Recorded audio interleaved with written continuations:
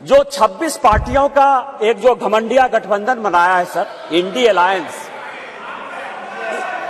Alliance, उसके सारे नेताओं का मैं भाषण पढ़ रहा था।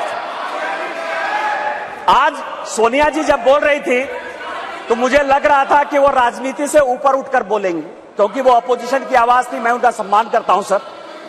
इस महिला रिजर्वेशन के लिए जिन महिलाओं ने पार्लियामेंट के अंदर और पार्लियामेंट के बाहर सबसे ज्यादा आवाज उठाई, वो बंगाल की गीता मुखर्जी थी और भारतीय जनता पार्टी की सुषमा स्वराज थी। ये दोनों यदि नहीं रहती तो आज ये दिन भी देखने को नहीं मिलता। 33% यदि रिजर्वेशन लोकसभा और विधानसभा में यदि लागू होने वाला है और माननीय प्रधानमंत्री जी लेकर आए हैं इन दो महिलाओं का, लेकिन सोनिया जी ने अपने पूरे भाषण में न गीता मुखर्जी का जिक्र किया न सुषमा स्वराज का जिक्र किया। यह किस तरह की राजनीति है? अपना क्रेडिट लेना चाहती हैं कि हमारा बिल है। ये बिल आपका नहीं है। आप जो बिल लेकर आए वो गलत बिल है, और यदि इसके लिए किसी ने आंदोलन किया तो वो गीता मुखर्जी है, वो सुषमा स्वराज है। आपने ये नहीं बोलकर इस महिला बिल में भी राजनीति करने की कोशिश की, और आज का पूरा क्रेडिट जो जीता वो सिकंदर, जो गोल मारता है, यहाँ बंगाल के लोग बैठे हुए हैं, जो गोल मारता है उसी के नाम से गोल मारा जाता है। माननीय प्रधानमंत्री जी गोल मारने को तैयार हैं। ये भारतीय जनता पार्टी का बिल है और ये माननीय प्रधानमंत्री जी का बिल है, आपको ये मानना पड़ेगा। दूसरा सवाल है कि इनके जो अपोजिशन के लोग हैं सर, जो 26 पार्टियों का इंडी गठबंधन बना है, इसमें आप समझिए इनकी भावना कैसे है, महिलाओं के बारे में ये कैसा सोचते हैं। ये सोचते हैं, अब नहीं रहे, इसी सदन के सदस्य थे, राज्यसभा के भी सदस्य थे, इनके पार्टी के बड़े नेता थे अपोजिशन के, वो कहते हैं कि परकटी महिलाएं आ जाएंगी। क्या महिलाओं के लिए इस तरह की बातें होनी चाहिए? दूसरी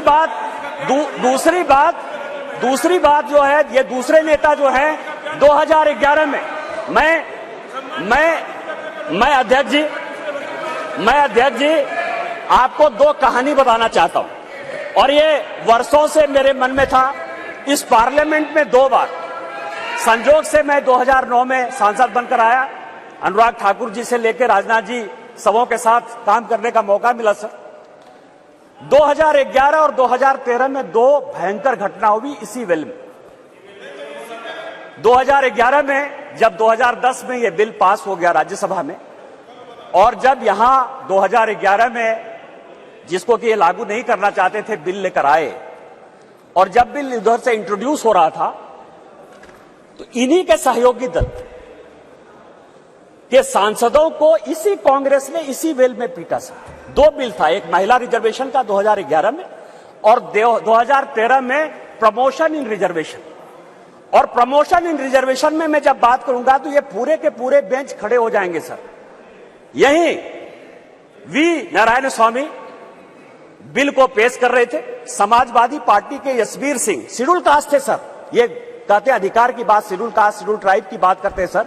यही यशवीर सिंह यहां पार्लियामेंट में उस तरफ से गए, वी नारायण स्वामी का उन्होंने बिल खींच लिया।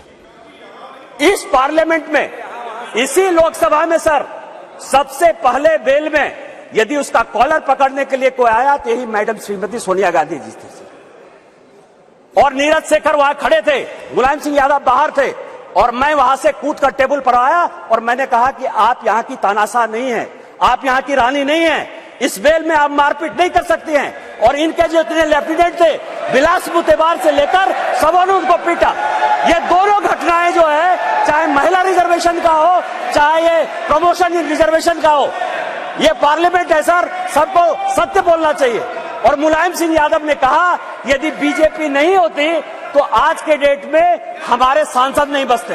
आपने तो सांसदों की हत्या करने की कोशिश की, और उसी दल के साथ, उसी 26 दल के साथ ये आए हैं जिनका की मानसिकता ही नहीं है कि महिला को रिजर्वेशन मिले।